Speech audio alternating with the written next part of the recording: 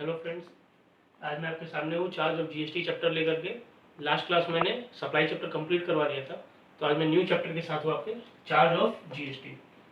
ठीक है, तो हम लोग इसमें आज स्टार्ट करते हैं चार्ज ऑफ जीएसटी में कि लेवी ऑफ जीएसटी।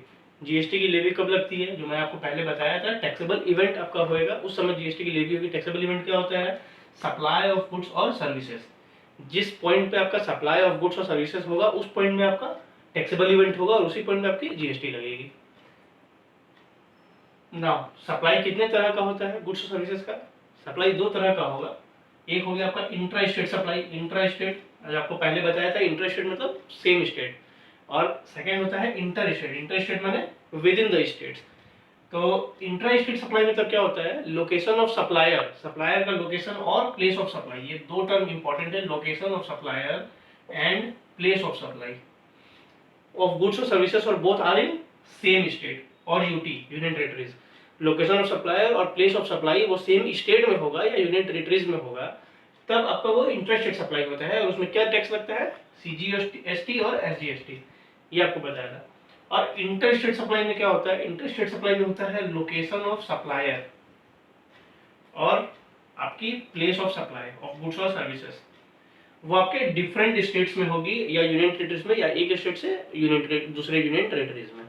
तो कहने का मतलब है, अब ये लोकेशन ऑफ द सप्लायर और ये प्लेस ऑफ सप्लाई, ये मैं आपको इसका मतलब क्या होता है। और ये प्लेस ऑफ सप्लाई में भी बहुत सारी चीज होते हैं कि कौन से प्लेस में रहने से क्या सप्लाई, प्लेस ऑफ सप्लाई किसको बोलेंगे, ये मैं आपको अलग से प्लेस ऑफ सप्लाई चैप्टर कराऊंगा, उसमें मैं आपको पूरे डिटेल में बताऊंगा प्लेस ऑफ सप्लाई मतलब क्या होता है, location of supplier, location of recipient, और प्लेस ऑफ सप्लाई गुड्स का क्या होगा, सर्विसेज का क्या होगा, सबके अलग अलग प्रोविजन है, वो मैं आपको बताऊंगा प्लेस ऑफ सप्लाई चैप्टर में। अभी हम लोग इतना जानना है इंटरस्टेट सप्लाई मतलब क्या होता है। इंटरस्टेट सप्लाई मतलब क्या होता है? इंटरस्टेट सप्लाई मतलब हो गया विद इन द स्टेट, अगर लोकेशन ऑफ सप्लायर और प्लेस ऑफ सप्लाई रहेगा तब वो इंटरस्टेट सप्लाई हो गया, उसमें सीजीएसटी और एसजीएसटी लगेगा। और इंटरस्टेट सप्लाई में क्या होगा कि आपका डिफरेंट स्टेट्स में होगा, विद इन द स्टेट, मतलब एक स्टेट से दूसरे स्टेट, या फिर एक स्टेट से दूसरे यूनियन टेरिटरी, या फिर एक यूनियन टेरिटरी से दूसरे states.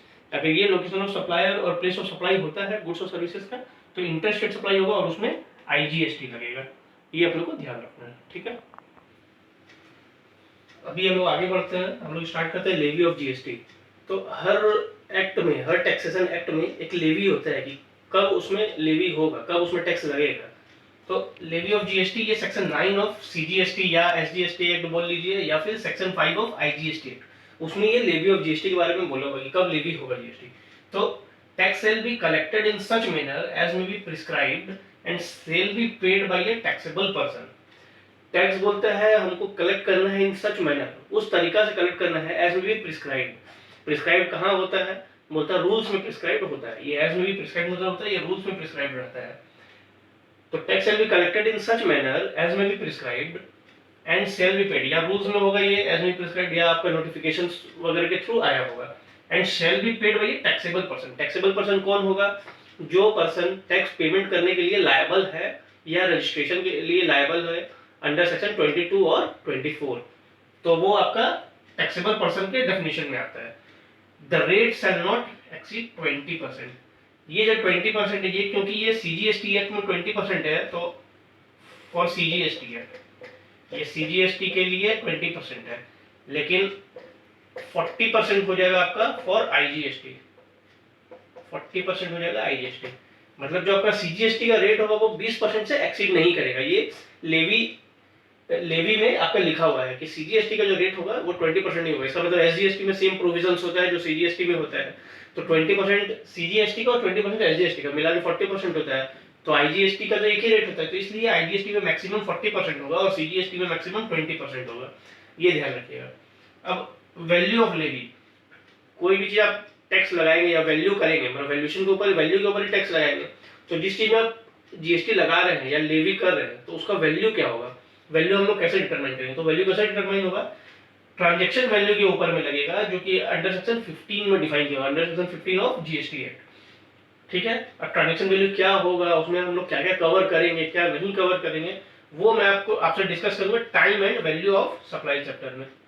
Time and value of supply, उसमें मैं आपको टाइम ऑफ सप्लाई भी बताऊंगा कि किस पॉइंट ऑफ टाइम पर मेरा जीएसटी अराइज होगा, और वैल्यू ऑफ सप्लाई भी बताऊंगा कि किस वैल्यू पे मेरा जीएसटी लगेगा, क्या ट्रांजैक्शन वैल्यू होगा, ठीक है। आगे बढ़ते हैं रेट ऑफ जीएसटी, ये सीजीएसटी का रेट है, एसजीएसटी का भी सेम होगा, तो आईजीएसटी का इसका आप डबल कर लीजिए, वो रेट होगा। तो इतने सारे रेट्स है, ये मैंने पहले भी डिस्कस किया है दूसरे चैप्टर्स में। तो जीएसटी के इतने रेट्स है, मेन तो रेट आप जानते ही हैं आपका क्या क्या रेट्स है, ये 2.5%, 6%, 9%, 14%, सब मेन रेट्स है। बाकी ये सब भी रेट है। 0% हो गया आपका exempt supply, nil rate of tax. 0.125% भी एक रेट है टैक्स का, 1.5% भी रेट है। इसका डबल कर लीजिए, वो सब आपका एक्चुअल रेट है, मतलब आपका ये सीजीएसटी का रेट है, तो एसजीएसटी में भी सेम होगा। आईजीएसटी में आपका क्या रेट हो गया, 0%, 0.25%, इसका हो गया 3%, इसका हो गया 5%, इसका हो गया 12%, इसका हो गया 18% और इसका हो गया 28%। तो ये सब रेट्स हैं अभी जीएसटी के, ठीक है। ये आपका लेवी ऑफ जीएसटी हो गया। अब टैक्स जो अपना कलेक्ट होगा, तो सबसे पहले यही बोलता है लेवी में कि टैक्स शैल बी लेवीड या tax shall be collected on all supply of goods और सर्विसेज, एक्सेप्ट आप छोड़ दीजिए एग्जम्पशंस वाले पार्ट को, जिसमें एग्जम्पशंस दिया है उसको छोड़ करके जिसमें भी जीएसटी लगेगा, except alcoholic liquor for human consumption, क्योंकि ये जीएसटी के बाहर है। Alcoholic liquor for human consumption, आपको सप्लाई चैप्टर में भी सेम चीज बताया था। Alcoholic liquor for human consumption जो है वो आपका जीएसटी से बाहर है, तो इसमें आपका जीएसटी नहीं लगेगा। Next, GST levied with effect from such date as notified by GST council on petroleum, crude, high speed diesel oil, motor spirit, natural gas और एटीएफ, मतलब एविएशन टरबाइन फ्यूल जो आपके एरोप्लेन्स वगैरह में लगता है, एटीएफ। तो पेट्रोल, क्रूड वगैरह भी अभी एग्जम्प्ट है, जीएसटी के बाहर है, लेकिन गवर्नमेंट बोलता है, ये सेक्शन आपका 9(2) है, सेक्शन 9(2). ये गवर्नमेंट बोलता है इस पेट्रोलियम के केस में कि जीएसटी लेवी होगा with effect from such date. वो डेट क्या होगा, कौन बताएगा, as notified by the GST council. ये डेट जीएसटी काउंसिल बताएगा कि इस डेट से आपका जीएसटी लगेगा, लेवी होगा, किसमें, पेट्रोलियम, क्रूड में, मतलब ये सारे पेट्रोलियम प्रोडक्ट्स ही हैं, petroleum, crude, high speed diesel oil, motor spirit, natural gas और एविएशन टरबाइन फ्यूल, ठीक है। इन सब में आपका जीएसटी कब लगेगा वो आपको जीएसटी काउंसिल डिसाइड करेगा, जो अभी तक डिसाइड नहीं किया है। तो ये सेक्शन 9(2) में बोलता है ये चीज। अच्छा, आगे बढ़ते हैं। रिवर्स चार्ज, रिवर्स चार्ज मतलब क्या होता है, रिवर्स चार्ज मतलब होता है वैसा चार्ज जो आपको जो रिवर्स में लगे। इसका मतलब इन जनरल में क्या होता है कि सप्लायर क्या करता है, वो रिसिपिएंट से टैक्स कलेक्ट करता है और वो गवर्नमेंट को पेमेंट करता है, ये प्रोसेस होता है इनडायरेक्ट टैक्सेशन का। लेकिन रिवर्स चार्ज में क्या होता है कि लायबिलिटी टू पे टैक्स, जो जीएसटी पे करके लायबिलिटी होता है वो रिसिपिएंट पे होता है, रिसिपिएंट ऑफ गुड्स और सर्विसेज और goods, instead of supplier in respect of notified categories of supply. Notify रहेगा उस कैटेगरी ऑफ सप्लाई में, कुछ कुछ कैटेगरीज ऑफ सप्लाई है जो नोटिफाई रहेगा। नोटिफाई कहाँ रहेगा, थ्रू नोटिफिकेशंस। तो उसमें वो बोलता है कि रिवर्स चार्ज लगेगा, लायबिलिटी टू पे जो होगा वो रिसिपिएंट के ऊपर आएगा, रिसिपिएंट डायरेक्ट पे करेगा गवर्नमेंट को, इंस्टेड ऑफ वो सप्लायर को पे करेगा। तो वो डायरेक्ट गवर्नमेंट को पे करेगा recipient in case of notified categories of supply. तो ये रिवर्स चार्ज होता है। अब रिवर्स चार्ज में क्या होता है, बोलता है 2 types of supplies are there. एक होता है सप्लाई ऑफ गुड्स और सर्विसेज और both notified by government on recommendation of GST council. Government उसको नोटिफाई करता है on recommendation of GST council, वैसा सप्लाई ऑफ गुड्स और सर्विसेज।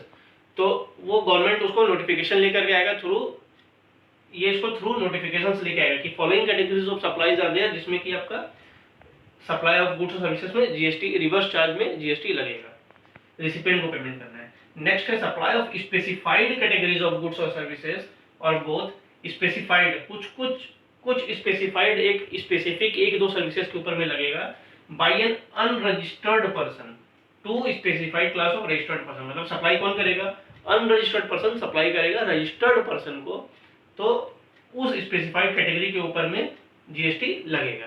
तो इस केस में भी रिवर्स चार्ज में कौन पे करेगा, रजिस्टर्ड पर्सन पे करेगा।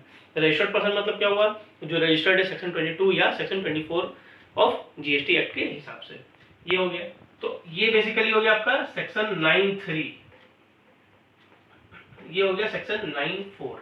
बेसिकली इन 2 पार्ट में रिवर्स चार्ज को बांटा हुआ है। रिवर्स चार्ज में एक्चुअल में होता है क्या, रिवर्स चार्ज में जनरली क्या होता है कि सप्लायर ऑफ सर्विसेज है या गुड्स है, वही रजिस्ट्रेशन लेगा, वही रिटर्न्स फाइल करेगा, मतलब जो भी कंप्लायंसेस होते हैं जीएसटी के वो सबको सप्लायर को करना पड़ता है। लेकिन जिसके ऊपर में रिवर्स चार्ज का लायबिलिटी फॉल करता है, वो खाली कंप्लायंस बर्डन जो होता है वो शिफ्ट हो जाता है from the supplier to recipient. मतलब अब वो काम सप्लायर के बदले में सेम चीज़ रिसिपिएंट को करना है। ये सारी चीज़ें, रजिस्ट्रेशन लेना है, रिटर्न्स फाइल करना है, गवर्नमेंट को डायरेक्ट टैक्सेस पेमेंट करना है, ये सारी चीज़ फिर रिसिपिएंट करेगा रिवर्स चार्ज के अंदर में। ठीक है, तो रिवर्स चार्ज में हम लोग अगर सेक्शन 9(3) की तरफ बढ़ते हैं तो उसमें क्या बोलते हैं, इस पे on notified category of goods और services notified by GST council, और उसको लेके करना होता है गवर्नमेंट नोट थ्रू नोटिफिकेशंस। तो गुड्स में अगर हम लोग देखें, गुड्स का क्या है कि बहुत सारे गुड्स है दुनिया में, तो बहुत सारे गुड्स है, तो बहुत सारे गुड्स का लिस्ट दिया हुआ है। नोटिफिकेशन नंबर, नोटिफिकेशन में ही है 2 या 3 नंबर होगा मेरे ख्याल से। तो उसमें आपका गुड्स के लिस्ट दिए हुए, बहुत सारे गुड्स है उसमें, जिस जिस गुड्स में हमको रिवर्स में टैक्स पेमेंट करना पड़ेगा। जैसे कैश्यू नट्स नॉट शेल्ड और पील्ड, मतलब छीला हुआ नहीं है, कैश्यू नट्स अगर है, अगर कोई बेचता है तो उस केस में उसको रिवर्स चार्ज में देना पड़ेगा। बीड़ी रैपर लीव्स, बीड़ी रैपर लीव्स मतलब जो हम लोग बीड़ी पीता है जो लोग, तो बीड़ी रैप किया हुआ रहता है उस पत्ते से, तो वो जो पत्ता होता है वो हो गया bidi wrapper leaves. Tobacco leaves, tobacco भी लीव्स में बंधा हुआ रहता है, तो वो जो लीव्स होता है वो टोबैको लीव्स हो गया। सिल्क यार्न हो गया, और भी बहुत सारे एग्जांपल्स हैं एटसेट्रा। तो इन सब कैटेगरी ऑफ गुड्स में रिवर्स चार्ज में देना पड़ेगा जो भी रिसिपिएंट ऑफ गुड्स और सर्विसेज है उसको, क्योंकि जो प्रोवाइड करेगा टैक्स वो हो गया सप्लायर ऑफ गुड्स और सर्विसेज, जो रिसीव कर रहा होगा रिसीवर ऑफ गुड्स और सर्विसेज हो गया, तो रिसीवर देगा रिवर्स चार्ज में इन सब गुड्स के ऊपर में, और भी गुड्स है एटसेट्रा। और सर्विसेज के केस में क्या है, कुछ कैटेगरीज है 10 या 8 या 10 है, तो वो मैं अभी आपको बताता हूँ। वो जो कैटेगरीज ऑफ सर्विसेज है वो आपका नोटिफाई किया हुआ है through notification number 13/2017, central tax rate notification है 28/2017।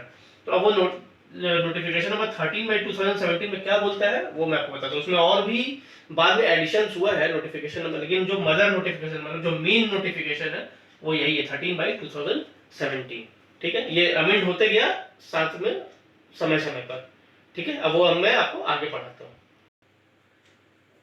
तो आगे बढ़ते हैं, supply of services under RCM, जो मैंने आपको बताया था नोटिफिकेशन नंबर 13 में, सप्लाई ऑफ सर्विसेज। तो इसमें क्या बोलता है, कौन कौन कैटेगरीज ऑफ सर्विसेज है जो जिसके ऊपर में रिवर्स चार्ज में टैक्स लगेगा, और सप्लायर बोले रिसिपिएंट बोले, वो मैं आपको इसमें बता रहा हूँ। फर्स्ट केस है category of supplier of services. First case क्या है, बाई जीटीए, मतलब supply of services by GTA मतलब goods transport agency in respect of transportation of goods by road. Goods transport agency का काम क्या हुआ, transportation of goods by road. ठीक है, टू किसको ट्रांसपोर्ट करेगा, any factory registered under factories act होगा, या जो करंट में कोई एक्ट चल रहा है वो होगा, any society registered under society registration act, या एनी अदर लॉ और एक्ट फॉर टाइमिंग इन जो आपका वैलिड है प्रेजेंट टाइम में, एनी कोऑपरेटिव सोसाइटी जो आपके प्रेजेंट लॉ के हिसाब से बना हो, any person registered under GST act मतलब सीजीएसटी एक्ट हो, एसजीएसटी एक्ट हो, यूटी जीएसटी एक्ट हो, any body corporate established under any law in force, any partnership firm including AOP, या जो ये रजिस्टर्ड भी हो सकता है और अनरजिस्टर्ड भी हो सकता है partnership firm, any casual taxable person, casual taxable person के भी केस में ही अप्लाई होगा। कैजुअल टैक्सेबल पर्सन आपको बताया था रजिस्ट्रेशन के चैप्टर में, कैजुअल टैक्सेबल पर्सन वैसा रजिस्टर्ड पर्सन होता है जो कुछ स्पेसिफाइड टाइम पीरियड के लिए स्पेसिफाइड पर्पस के लिए बनाया गया हो, और वो कैजुअल टैक्सेबल पर्सन का लिमिट जो होता है वो अप टू 90 डेज तक ही होगा, और एक्स्ट्रा अगर उसको टाइम लेना है कुछ, अगर वो काम कंप्लीट नहीं होता है स्पेसिफाइड पीरियड के लिए जो बनाया है, वो एक्स्ट्रा 90 डेज ले सकता है कमिश्नर से अप्रूवल मिलने के बाद, मतलब कमिश्नर से उसको अप्रूवल लेना होगा, तो वो कैजुअल टैक्सेबल पर्सन हो गया। इसका मतलब क्या हुआ, जीटीए जो सप्लाई ऑफ सर्विसेज जीटीए देगा, जीटीए सर्विस देगा ट्रांसपोर्टेशन ऑफ गुड्स का, मतलब गुड्स ट्रांसपोर्ट कर रहा है बाय रोड, किसको किसको देगा, टू मतलब किसको देगा, रोड से किसको सामान भेज रहा है, any factory, any society, cooperative society, any person, any body corporate, any partnership firm, any casual taxable person, इसमें सब कवर हो गया। तो इन सबको ये सर्विस देगा transportation of goods by road का। तो इसमें सप्लायर कौन हो गया, सप्लायर जीटीए हो गया, क्योंकि यही सर्विस दे रहा है सबको। लेकिन ये जो जीटीए है ये टैक्स पे नहीं करना चाहिए एट द रेट 6%, ये नया प्रोविजन है, पहले ये नहीं था। तो ठीक है, अभी आपको यही जानना है, जीटीए अगर टैक्स पे करता है जीएसटी रेट के 6% के हिसाब से, अगर ये ऑप्ट किया है कि हमको जीएसटी पे करना 6% के हिसाब से, तब ये रिवर्स चार्ज के अंदर में फॉल नहीं करेगा, ये नॉर्मल अपना जैसे फॉरवर्ड चार्ज में जैसे अपना बिल में चार्ज करेगा, मतलब 6 दूनी 12% हो गया, 12% चार्ज करेगा और ये उसको दे देगा अपना रिसिपिएंट को। तो ये नॉर्मल केसेस हो गया। लेकिन अगर ये नहीं चार्ज करता है, not paid GST at the rate 6%, मतलब सीजीएसटी 6% है, अगर वो नहीं पे करता है तो इसका मतलब ये जीटीए को टैक्स नहीं पे करना है, मतलब ये सप्लायर ऑफ सर्विस हो गया। और इस सब केस में रिसिपिएंट टैक्स पे करेगा, तभी तो वो रिवर्स चार्ज के अंदर में आएगा। तो रिसिपिएंट पे करेगा। अब रिसिपिएंट कौन है? जिसको मैंने सर्विस दिया है वही तो रिसिपिएंट होगा। तो रिसिपिएंट कौन होगा? ये सब होगा, any factory, society, cooperative society, person registered under GST act, body corporate, partnership firm including AOP, casual taxable person, ये सब रिसिपिएंट होगा। ये सप्लायर हो गया जीटीए, और रिसिपिएंट ये लोग सब हो गए। ठीक है, इसका मैं डिटेल में आपको एग्जांपल्स वगैरह भी बताऊंगा। एक बार पहले ये पूरा कंप्लीट करो, उसके बाद में जीटीए को भी कवर करूंगा। ठीक है, चीज बता दूं कि आरसीएम एप्लीकेबल नहीं होगा on services provided bye GTA. GTA अगर सर्विसेज प्रोवाइड करता है, किनको प्रोवाइड करता है जब आरसीएम एप्लीकेबल नहीं होगा? तो कौन कौन है? डिपार्टमेंट या इस्टेब्लिशमेंट ऑफ सेंट्रल गवर्नमेंट या स्टेट गवर्नमेंट। वैसा कोई डिपार्टमेंट सेंट्रल गवर्नमेंट का, ये स्टेट गवर्नमेंट का, जो कि सेंट्रल ने या स्टेट गवर्नमेंट ने उसको इस्टेब्लिश किया है, उस डिपार्टमेंट को, या फिर गवर्नमेंटल एजेंसीज को, या फिर लोकल अथॉरिटीज को, इन सब को अगर जीटीए ने सर्विस प्रोवाइड किया है, क्या चीज का service? Transportation of goods by road. अगर ये सब सर्विसेज प्रोवाइड किया है इन गवर्नमेंटल डिपार्टमेंट्स को, इन सब में जीएसटी नहीं लगेगा। लेकिन हो सकता है इन लोगों को रजिस्ट्रेशन लेना पड़ा हो for the purpose of tax deduction under section 51। मतलब आपको जीएसटी में भी टीडीएस काटना पड़ता है, टैक्स डिडक्शन, जीएसटी टीडीएस। जैसे पहले आपका वैट में एसटीडीएस होता था, वैसे जीएसटी में जीएसटी टीडीएस काटना पड़ता है। तो गवर्नमेंटल अथॉरिटीज अगर रजिस्ट्रेशन लिया है टीडीएस का सेक्शन 51 में, तो भी उसमें रिवर्स चार्ज नहीं अप्लाई होगा। ऐसा नहीं है कि वो रजिस्टर्ड पर्सन हो गया तो उसको रिवर्स चार्ज में टैक्स देना पड़ेगा, इन सबको टैक्स नहीं देना पड़ेगा। तो उन्होंने रजिस्ट्रेशन लिया only for deduction of tax and not for supply of goods और सर्विसेज। वो लोग सप्लाई के लिए रजिस्ट्रेशन नहीं लिया है।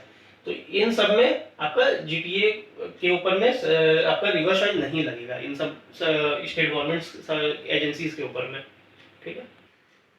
सेकंड है services provided by individual advocate including a senior advocate और a firm of advocates by way of legal services directly और इनडायरेक्टली। मतलब ये सीधा सीधी एडवोकेट के लिए है कि अगर कोई इंडिविजुअल एडवोकेट या senior advocate including senior advocate या फिर फर्म ऑफ एडवोकेट्स अगर कोई लीगल सर्विसेज प्रोवाइड करता है डायरेक्टली या इनडायरेक्टली, ठीक है, तो किसको प्रोवाइड करेगा?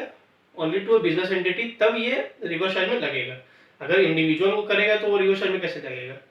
ठीक है, क्योंकि वो तो आपका बिजनेस के लिए होगा। पहला बात तो बिजनेस के लिए होना चाहिए। अगर वो मेरे को पर्सनल नेचर पे, सपोज कीजिए कि मेरा प्रॉपर्टी को लेकर डिस्प्यूट चल रहा है, वो मेरे को प्रोवाइड करेगा सर्विस, लीगल सर्विस का मतलब ये थोड़ी कि ना हमको रिवर्स चार्ज में मतलब एज एन इंडिविजुअल हमको देना पड़ेगा टैक्स, ऐसा नहीं है। वो बिजनेस एंटिटी को प्रोवाइड करेगा सर्विस, लीगल जो पर्सन है मतलब एडवोकेट या फर्म ऑफ एडवोकेट्स, ठीक है, लीगल सर्विसेज प्रोवाइड करेगा। अब लीगल सर्विसेज में क्या आता है? मेन यही चीज है। लीगल सर्विसेज का डिफिनेशन में बोलता है any services provide in relation to advice, advice है कंसल्टेंसी और assistance in any branch of law, कोई भी ब्रांच ऑफ लॉ में, इन एनी मेजर, किसी भी तरीका से, and includes representational services. Representational services मतलब कोर्ट के बिफोर हम जो रिप्रेजेंट होते हैं, कोर्ट के बिफोर रिप्रेजेंट करना आप दूसरे क्लाइंट्स के केस को, उसको बोलते हैं representational services before any court, tribunal और अथॉरिटी, कोई सीनियर अथॉरिटी के पास में जो कॉन्स्टिट्यूशनल पोस्ट होल्ड करके रखता है।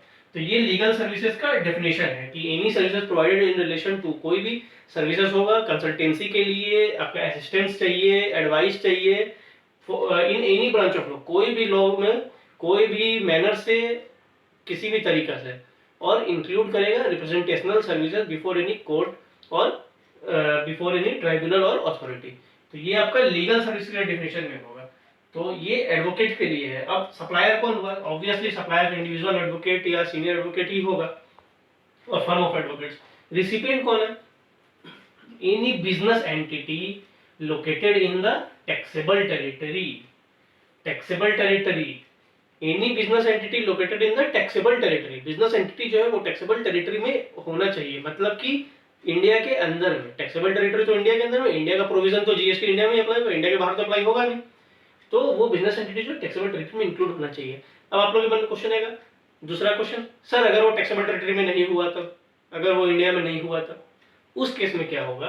उस केस में यही होगा कि वो, क्योंकि ये नोटिफिकेशन में नहीं लिखा हुआ है कि अदर देन टैक्सेबल टेरिटरी में क्या होगा, इसका मतलब क्या हुआ, रिवर्स चार्ज के केस में वो फॉलो नहीं करेगा।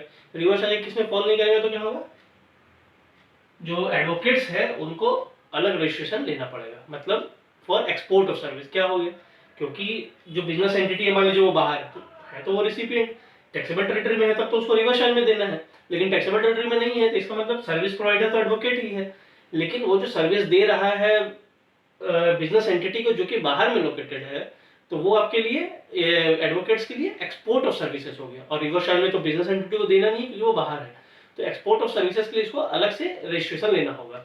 तो अब उसमें भी आपका नॉर्मल प्रोविजन सब अप्लाई होगा, अगर 20 लाख है तो ठीक है, नहीं है तो आपको जरूरत नहीं है। अगर 20 लाख से ऊपर है तो एक्सपोर्ट ऑफ सर्विसेज का जो 2 रूल मैंने आपको बताया तो वो आपको याद रखना है, या तो वो including payment of tax supply करेगा सर्विसेज को, या फिर वो एलयूटी देकर सप्लाई करेगा जिसमें आपको टैक्स देने की जरूरत नहीं है, लेटर ऑफ अंडरटेकिंग ले लेगा गवर्नमेंट से और उसके थ्रू सप्लाई करेगा जिसमें उसको टैक्स नहीं लगेगा। तो इस तरह से इसको सप्लाई करना पड़ेगा अगर वो टैक्सेबल टेरिटरी में नहीं है तब। अगर होता है तब तो वो ये सिंपल प्रोविजन आपको जानना है, तो आपको यही जानना है कि टैक्सेबल टेरिटरी में होगा तो बिजनेस एंटिटी रिवर्स चार्ज में पेमेंट करेगा टैक्स का अगर वो एडवोकेट से सर्विस लेता है तब। ठीक है, ये सेकंड पॉइंट था आपका। ठीक है, थर्ड पॉइंट की तरफ बढ़ते हैं। थर्ड पॉइंट है service provided by an arbitral tribunal to a business entity. अगर कोई आर्बिट्रल ट्राइब्यूनल, जहां हम लोग ट्राइब्यूनल में केस करते हैं, तो अगर वो बिजनेस एंटिटी को सर्विस प्रोवाइड करता है, उस केस में सप्लायर और सर्विस कौन है, आर्बिट्रल ट्राइब्यूनल, रिसिपिएंट कौन है, business entity located in taxable territory. तो इस केस में रिसिपिएंट को टैक्स देना है, सप्लायर आपका आर्बिट्रल ट्राइब्यूनल है तो आर्बिट्रल ट्राइब्यूनल एग्जम्प्ट है, रिवर्स चार्ज में आपको बिजनेस एंटिटी टैक्स देगा। फोर्थ पॉइंट है services provided bye way of sponsorship service. Sponsorship आप जानते हैं, स्पॉन्सर करता है एक कंपनी दूसरे को स्पॉन्सर किया है, एक इंडिविजुअल पर कोई भी किसी को स्पॉन्सर कर सकता है टू एनी बॉडी कॉर्पोरेट।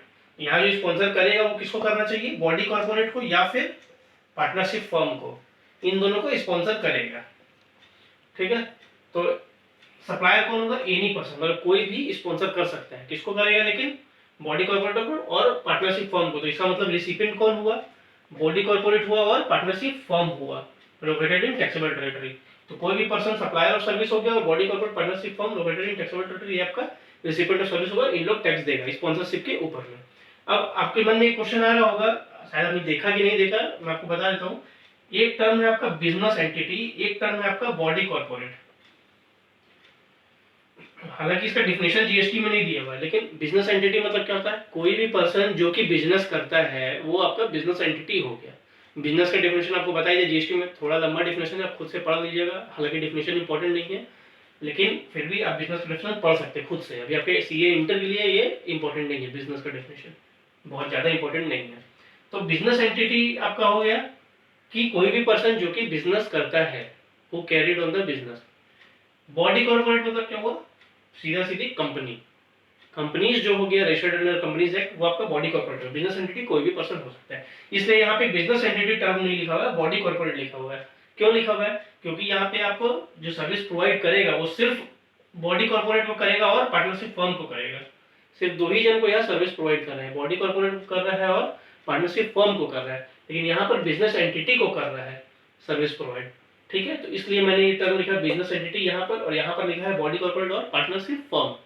तो एनी पर्सन आपका हो गया सप्लायर सर्विस, यहाँ बॉडी कॉर्पोरेट और पार्टनरशिप फर्म हो गया रिसिपिएंट। यहाँ इस केस में हो गया आर्बिट्रल ट्राइब्यूनल के द्वारा any business entity located in taxable territory. Business entity का मतलब हो गया जो बिजनेस करता है टैक्सेबल टेरिटरी में, who carried on the business और प्रोफेशन, जो भी बिजनेस करेगा। ठीक है, ये आपका थर्ड और फोर्थ पॉइंट हो गया, आगे बढ़ते हैं। फिफ्थ नंबर पॉइंट है services supplied by central government, state government, union territory government और local authority to a business entity. ठीक है, सर्विस प्रोवाइड करेगा कौन, central government, state government, union territory और लोकल अथॉरिटी बिजनेस एंटिटी को, excluding renting of immovable property, services by department of post by way of speed post, express parcel post, life insurance और agency services provided to any person other than CGSG, Union Territory Local Authority, और services in relation to aircraft or vessel inside or outside the precincts of port और airport, मतलब inside या outside airport या port के बाहर। Transport of goods या passenger services. ठीक है, इसका मतलब क्या हुआ? अच्छा, supplier of services central government, state government, union territory, local authority. Recipient कौन हो गया? Business entity located in taxable territory. अब इसका मतलब क्या हुआ? Central government, state government, union territories और लोकल अथॉरिटी जो भी सर्विसेज प्रोवाइड करेगा बिजनेस एंटिटी को, उन सारे सर्विसेज में आपको रिवर्स चार्ज में बिजनेस एंटिटी वो टैक्स देगा। ठीक है, कोई भी सर्विसेज आप अगर सेंट्रल गवर्नमेंट, स्टेट गवर्नमेंट वगैरह प्रोवाइड करता है तब, लेकिन कुछ सर्विसेज को छोड़ के, एक्सक्लूडिंग। अब वो क्या सर्विसेज हैं?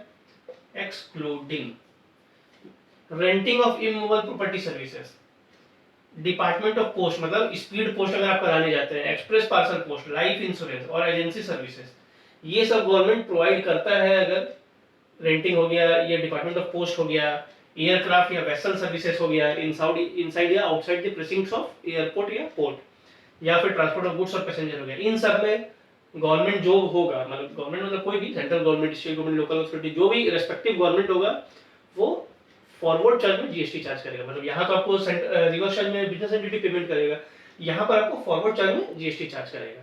तो हो सकता है किसी ने एग्जामिशन में अलग से दिया हुआ हो कि ठीक है इसमें टैक्स लगेगा नहीं लगेगा, वो बात का बात है। लेकिन इन चारों पांचों केसेस में सेंट्रल गवर्नमेंट, स्टेट गवर्नमेंट जो भी अथॉरिटीज है वो अपना फॉरवर्ड चार्ज में चार्ज करेगा, मतलब बिल में हो या जो भी सर्विसेज हो रहा है उसमें चार्ज करेगा।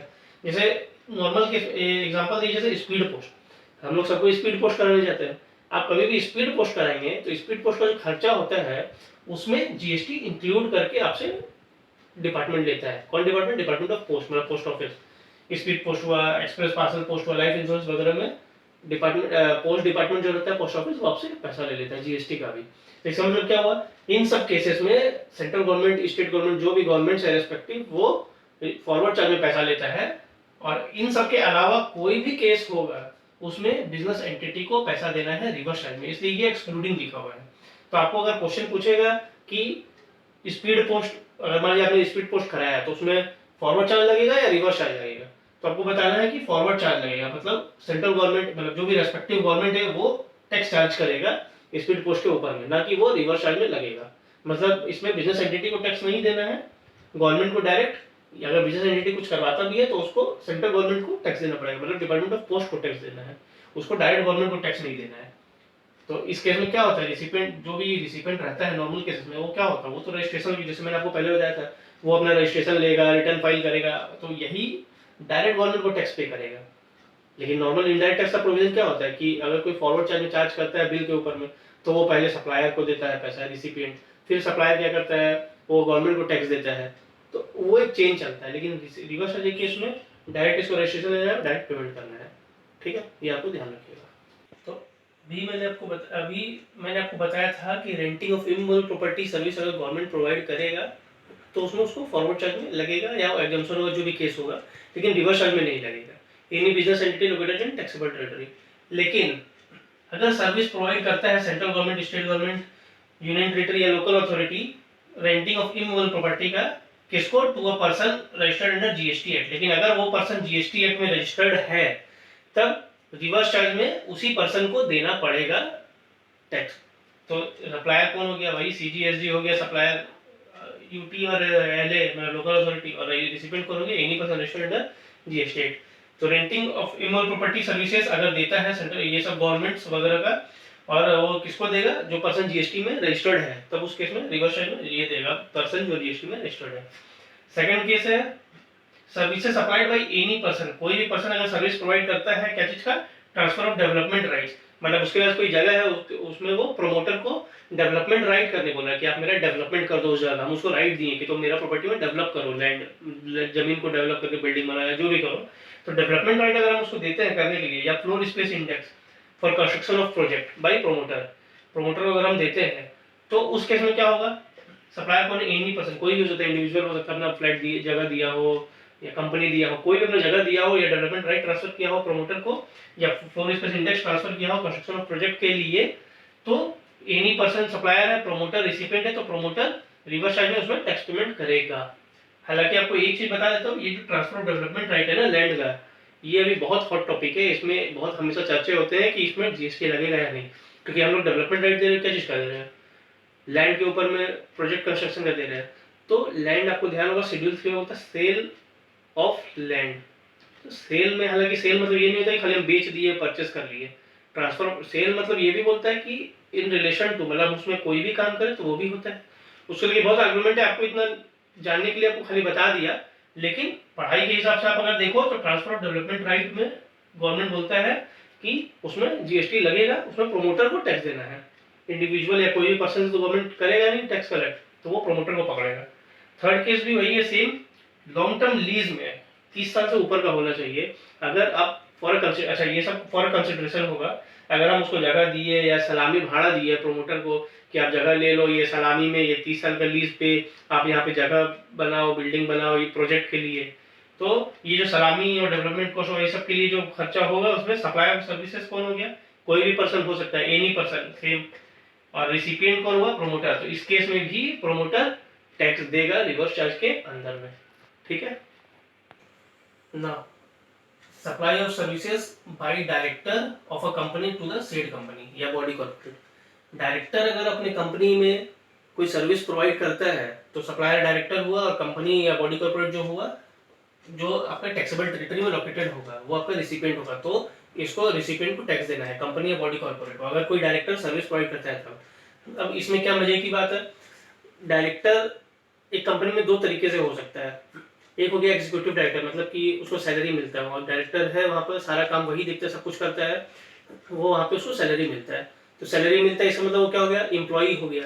तो आपको शेड्यूल 3 याद होगा, services by employee to employer, GST नहीं लगेगा, वो सर्विसेज ही नहीं है, मतलब गुड्स और सर्विसेज कुछ है ही नहीं, वो उसमें आएगा नहीं। तो इसका मतलब आप पढ़ेंगे जो 192 जो सैलरी में टीडीएस कटता है 192 में कटता है। तो अगर वैसा टीडीएस कटता है सैलरी के ऊपर में तो ये डायरेक्टर के ऊपर में टैक्स नहीं लगेगा।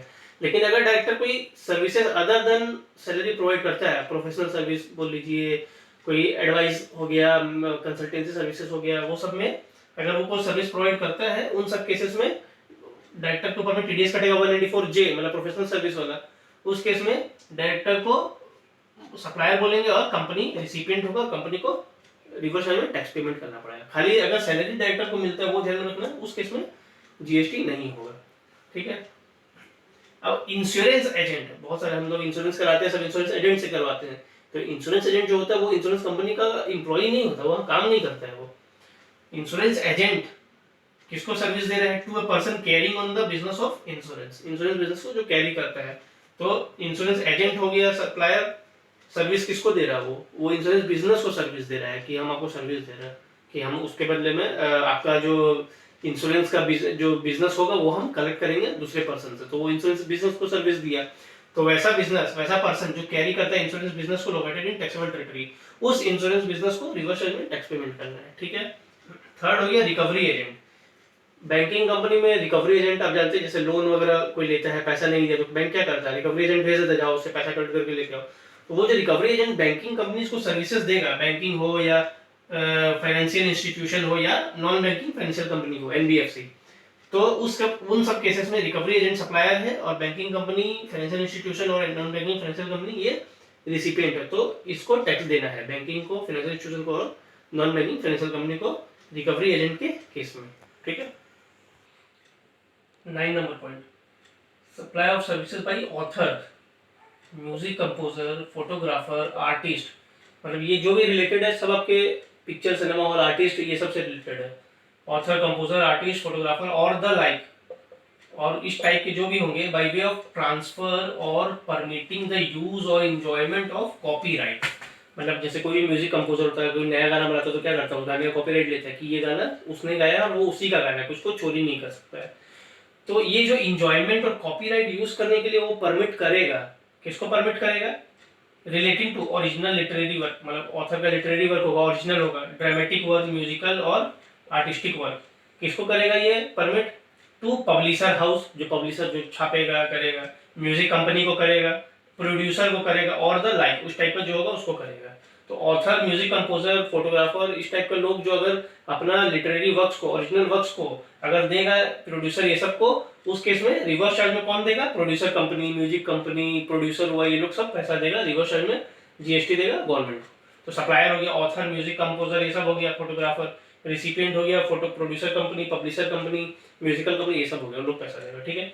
नेक्स्ट हो गया services supplied by member of overseeing committee to RBI. Overseeing committee RBI का ही रहता है, वो जो मेंबर होगा उसमें मेंबर्स होते हैं, तो वो जो मेंबर ओवरसीइंग कमेटी का मेंबर होगा वो आरबीआई को जो सर्विस देगा उस केस में आरबीआई रिवर्स चार्ज में टैक्स देगा, ठीक है।